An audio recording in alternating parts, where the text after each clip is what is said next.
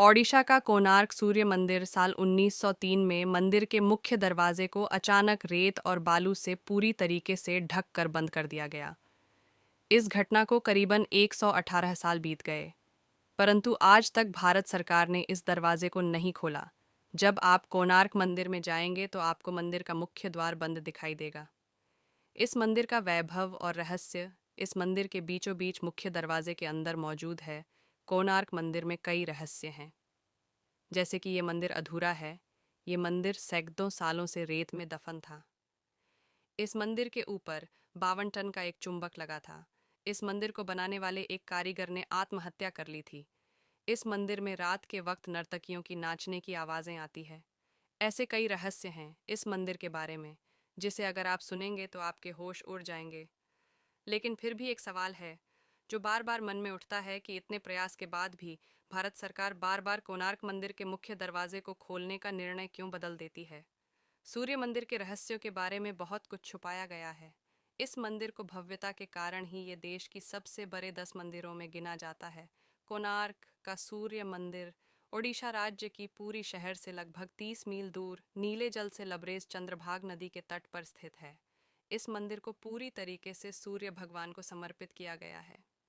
इस मंदिर की रचना इस प्रकार की गई है जैसे एक रथ में 12 विशाल पहिए लगाए गए हों और इस रथ पर सूर्य देव को विराजमान दिखाया गया है।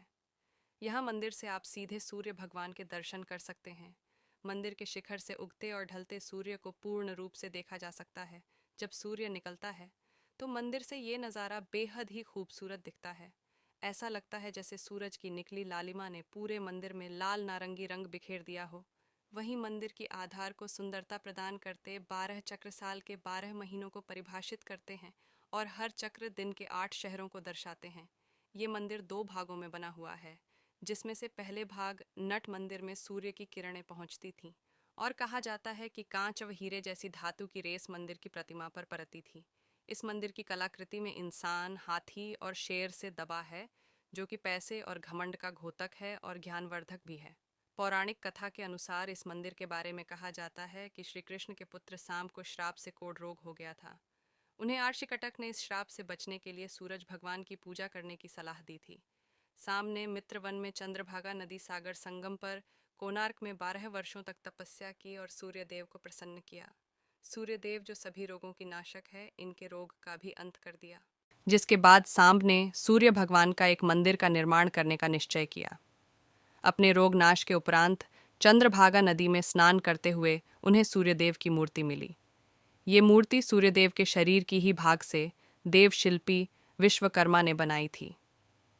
सांब अपने मित्र वन में एक मंदिर में इस मूर्ति को स्थापित किया और तब से यह स्थान पवित्र माना जाने लगा।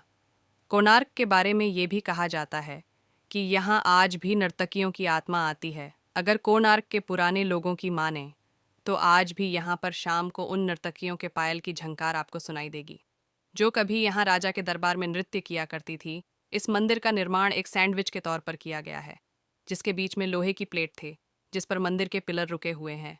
ऐसा भी कहा जाता है कि मंदिर के ऊपर एक 52 टन का चुंबक रखा हुआ था, जो कि इन खंभों से संतुलित था। इसी के चलते भगवान सूर्य की जो प्रतिमा थी वो हवा में तैरती रहती थी, जिसे देखकर हर कोई आश्चर्यचकित हो जाता था। कहा जाता है कि इस चुंबक को विदेशी आक्रमणकारियों ने तोड़ दिया था।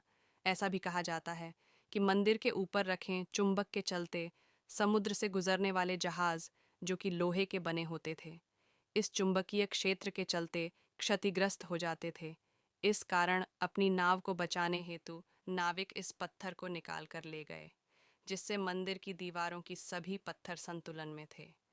इसके हटने के कारण मंदिर की दीवारों को संतुलन खो गया और परिणाम स्वरूप वो गिर पड़े, परंतु इस घटना का कोई ऐतिहासिक विवरण नहीं मिलता और ना ही ऐसी किसी चुंबकीय केंद्रीय पत्थर के अस्तित्व का कोई ब्यौरा उपलब्ध है। 1568 में ओडिशा में मुस्लिमों का आतंक नियंत्रण में हो चुका था, परंतु इसके बाद भी हिंदू मंदिरों को तोड़ने के निरंतर प्रयास होते रहते थे। इसमें पुरी के जगन्नाथ मंदिर के पंडितों ने भगवान जगन्नाथ की मूर्ति को श्री मंदिर से हटाकर किसी गुप्त स्थान पर छुपा दिया था। इसी प्रकार कोणार्क के सूर्य मंदिर के पंडितों ने प्रधान देवता की मूर्ति को हटाकर वर्षों तक रेत में दबाकर छिपाए रखा। बाद में ये मूर्ति पूरी भेज दी गई और वहां जगन्नाथ मंदिर के प्रांगण में स्थित इंद्र के मंदिर में रख दी गई। कई लोगों का यह मानना है कि यहाँ की पूजा मूर्तियाँ अभी भी खोजी जानी बाकी है, लेकिन कई लोगों का यह भी कहना है कि सूर्य देव की मूर्ति जो न्यू दिल्ली के राष्ट्रीय संग्रहालय में रखी है, वहीं कोणार्क की प्रधान पूंजी मूर्ति है। कोणार्क मंदिर में सूर्य वंदना मंदिर से मूर्ति हटाने के बाद से बंद हो गई। इस कारण तीर्थयात्रियों का आना जाना बंद हो गया। कोणार्क वाणिज्यिक गतिविधियों का एक कीर्तिमान नगर था, परंतु इन गतिविधियों के बंद हो जाने के कारण ये एकदम से वीरान हो गया और कई सालों तक रेत और जंगलों से ढका रहा। फिर बाद में इस मंदिर को खोजा गया, लेकिन इसकी कई हिस्से बहुत ही बुरी हालत में पाए गए। फिर बाद में ऐसा कहा जाता है कि कई आक्रमणों और नेचुरल डिजास्टर के कारण जब मंदिर खराब होने लगा, तो 1901 में उस वक्त के गवर्नर जॉन वुडवार्ड ने जगमोहन मंडप, जो कि इस मंदिर का प्रधान मंडप है, उसके चारों दरवाजों पर दीवार उठा दी और उसे पूरी तरीके से रेत से भर दिया ताकि ये सलामत रहे और इस पर किसी डिजास्टर का प्रभाव ना पड़े। इस काम में करीबन 3 साल लग गए और 1903 में ये पूरी तरीके से पैक हो गया। वहाँ जाने वालों को ये पता नहीं होता कि मंदिर का अहम हिस्सा, जो कि जगमोहन मंडप है, वो अभी तक बंद है।